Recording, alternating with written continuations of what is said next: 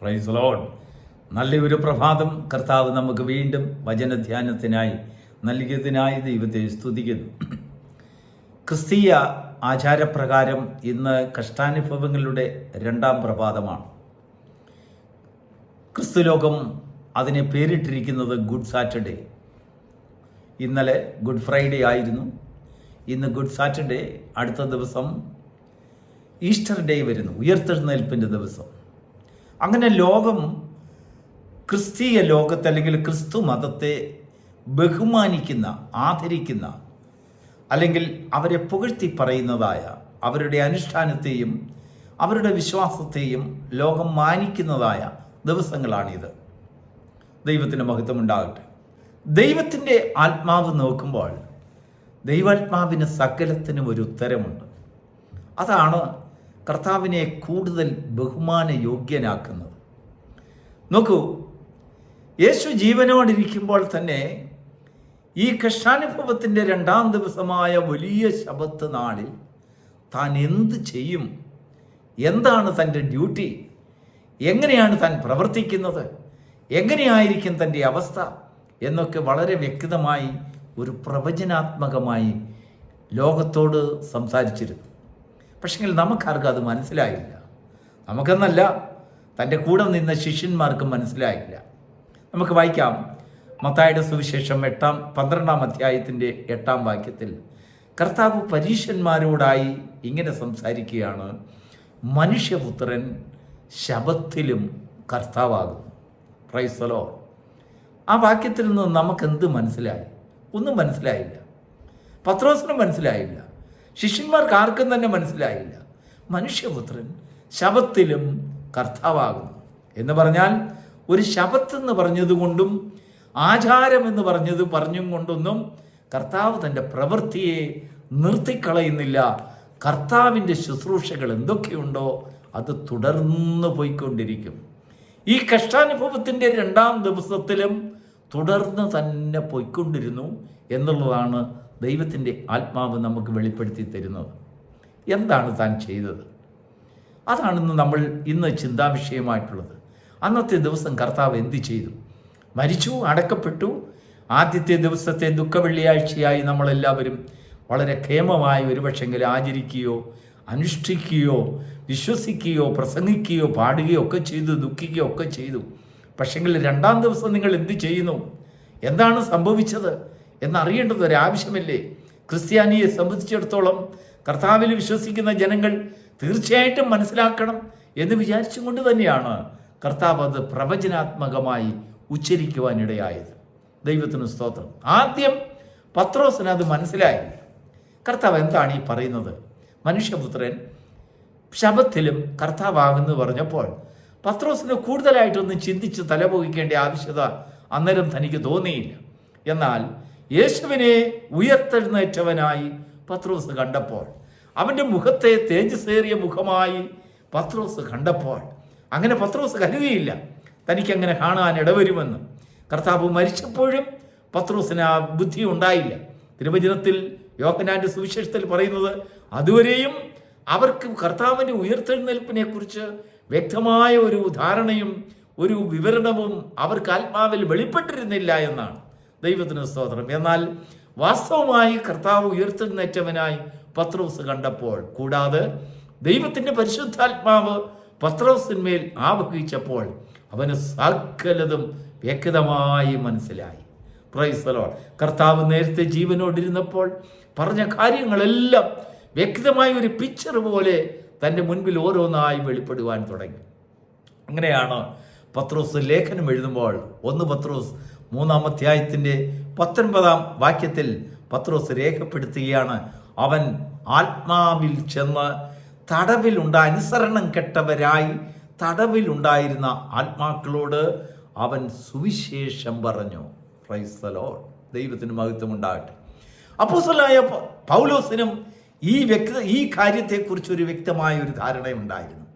തിരുവചനത്തെ ആഴമായി പഠിക്കുവാൻ വളരെ ആഗ്രഹിച്ചിരുന്നതായ സഭയായിരുന്നു എഫേസ്യ സഭ.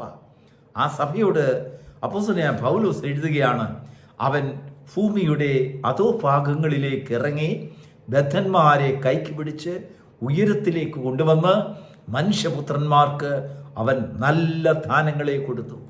അതിനുശേഷം എഫെസ്യ സഭയോട് ഒരു ചോദ്യം പൗലോസ് ചോദിക്കുകയാണ്. 4-ാം അധ്യായത്തിൽ താൻ ചോദിക്കുകയാണ്, കയറി എന്നതിനാൽ ഭൂമിയുടെ അധോഭാഗങ്ങളിലേക്ക് ഇറങ്ങി എന്ന് വരുന്നില്ലയോ? ദൈവത്തിന് മഹത്വം ഉണ്ടാകട്ടെ. വളരെ ആഴമായി ഗ്രഹിക്കേണ്ടതായ ഒരു സബ്ജക്റ്റാണ് ഇത്. എവിടെയൊക്കെയാണ് അനുസരണം കെട്ടതായ ആത്മാക്കൾ ഉണ്ടായിരുന്നത്? മരിച്ചവരുടെ സ്ഥാനങ്ങൾ എവിടെയൊക്കെയായിരുന്നു?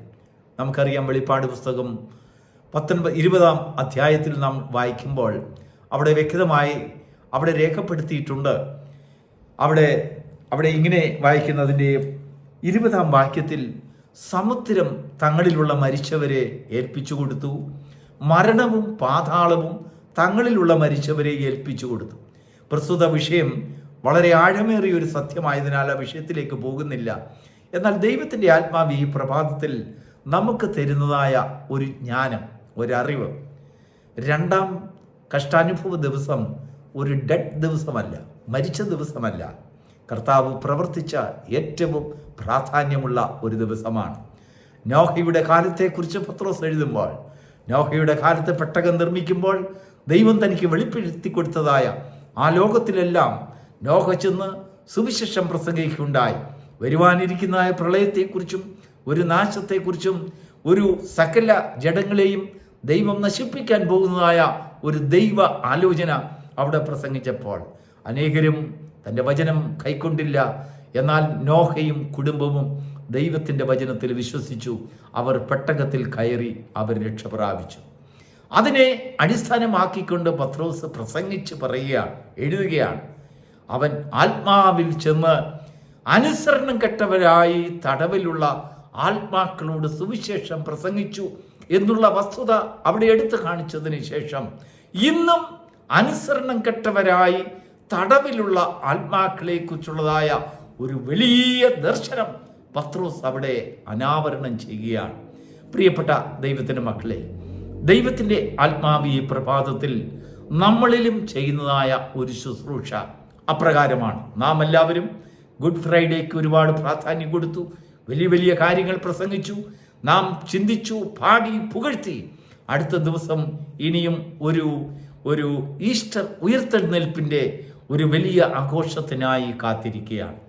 എന്നാൽ ഈ ശാബത്ത് ദിവസം, അടങ്ങിയിരിക്കുന്ന ദിവസം, ലോകം മുഴുവനും മൗനമായിരിക്കുന്ന ഈ ദിവസത്തെക്കുറിച്ച് മൗനം പാലിക്കുന്നതായ ഈ കാലയളവിൽ ദൈവത്തിൻ്റെ ആത്മാവ് നമ്മുടെ ഉള്ളിൽ തരുന്നതായ ഒരാവൽ, നമ്മുടെ ജീവിതത്തിൽ ഉണ്ടാകുന്നതായ അനുസരണക്കേട്, ക്രിസ്തുവിൻ്റെ മരണത്തിൽ കൂടെ നമുക്ക് ലഭിക്കുന്നതായ ഒരു സന്ദേശം, അവനിൽ കൂടെ നമുക്ക് ലഭ്യമാകുന്ന രക്ഷയെ കരസ്ഥമാക്കുന്നതായ ഒരു സുവിശേഷത്തിന് നാം ചെവി കൊടുക്കാത്തവരാകുമ്പോൾ നമ്മുടെ ആത്മാവ് അനുസരണം കെട്ടവരായി തടവിൽ ഇരിക്കുന്നതായ ഒരനുഭവമാണ്. നാം ദൈവത്തിൻ്റെ ആലോചനയെ നിരസിക്കുമ്പോൾ നമ്മുടെ ആത്മാക്കൾ തടവിലാക്കപ്പെടുന്നു. അവരെ തടവിലാക്കിയതായ ചില ശക്തികളുണ്ട്, അവരെ തടവിലാക്കുന്നതായ ചില മാനുഷിക പ്രമാണങ്ങളുണ്ട്, അവരെ തടവിലാക്കുന്നതായ ചില ശക്തി കേന്ദ്രങ്ങളുണ്ട്. എന്നാൽ ക്രിസ്തുവിൻ്റെ ആത്മാവ് നിനക്ക് വേണ്ടി മരിച്ചു എന്ന് നീ വിശ്വസിക്കുന്നുണ്ടെങ്കിൽ അവൻ ഏറ്റതായ പാടുകളൊക്കെയും നിന്റെ രക്ഷയ്ക്കും നിന്റെ വിടുതലിനും നിന്റെ വീണ്ടെടുപ്പിനുമാണെന്ന് നീ ഹൃദയംഗമായി നീ വിശ്വസിക്കുന്നുണ്ടെങ്കിൽ അനുസരണക്കേടിൻ്റെ ബന്ധനങ്ങളിൽ നിന്ന് ഇന്ന് പകൽക്കാലം നിനക്കൊരു വിടുതൽ ലഭിക്കണം. ദൈവത്തിന് സ്തോത്രം. അതാണ് കർത്താവ് പ്രസംഗിച്ചത്. മനുഷ്യപുത്രൻ ശബത്തിലും കർത്താവാകുന്നു, ശബത്തിലും അവന്റെ പ്രവൃത്തികളുണ്ട്, ശബത്തിൽ അവൻ അടങ്ങിയിരിക്കുന്നില്ല, ശബത്തിൽ അവൻ ഉറങ്ങുന്നില്ല. പ്രിയപ്പെട്ട ദൈവവേദിലെ ദൈവസന്നിധിയിൽ നാം കേട്ട വചനത്തെ ഒന്നുകൂടെ നമുക്ക് ധ്യാനിക്കാം. ഈ വചനങ്ങളെ കൊണ്ട് നമ്മുടെ അനുസരണം കെട്ട ആത്മാക്കളുടെ വിടുതലിനായി ദൈവത്തിൻ്റെ വചനം ഈ പ്രഭാതത്തിൽ നമ്മെ സഹായിക്കട്ടെ, നമ്മെ വിടുവിക്കട്ടെ. രക്ഷയെ പ്രാപിക്കുവാൻ കർത്താവ് നമുക്ക് വേണ്ടി അനുഭവിച്ചതായ ആ കഷ്ടങ്ങൾ മുഖേനയായി നമ്മുടെ ആത്മാക്കൾക്ക് രക്ഷയുണ്ടാകുവാൻ, അന്ധകാരത്തിൽ നിന്ന് അത്ഭുത പ്രകാശത്തിലേക്കുള്ളതായ ഒരു വീണ്ടെടുപ്പിനായി ഈ വചനങ്ങൾ നമ്മെ സഹായിക്കുമാറാകട്ടെ. God bless you.